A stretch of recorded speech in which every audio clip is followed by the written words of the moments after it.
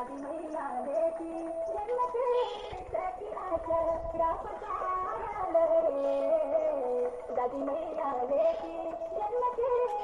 साल से बंद पड़ा कॉल है, 20 साल से बंद पड़ा कॉल को चालू करना है। लाइनिंग करके यहाँ से आया जो यहाँ एल्बो लगते ऊपर होकर पुराना हेड है, देख लीजिए पुराना हेड है, फिर भी इसको पानी चला दिया है। ठीक है, एकदम एक लंबू लेके जाम के यहाँ से मोटर फिटिंग है, चेक में लगता है, इसके बाद इंजन लगता है, इसके बाद मोटर में कनेक्शन होता है।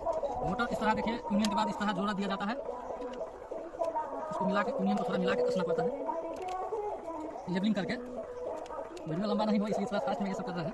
इसको पानी चला के देख रहे हैं, देखिए 20 साल पुराना कल में पानी दे रहा है कि नहीं दे रहा है। इसमें थोड़ा पानी इस मोटर में इसमें रखना पड़ता है, थोड़ा शुरू में पानी दे रहा है कि नहीं, सक्सेस हुआ कि नहीं 20 साल पुराना कॉल में। देखिए लाइन का सुविधा करिए लिए है, चला के चेक करें, देखिए वीडियो में देखिए पानी का एकदम फुल पानी दिया, देखिए।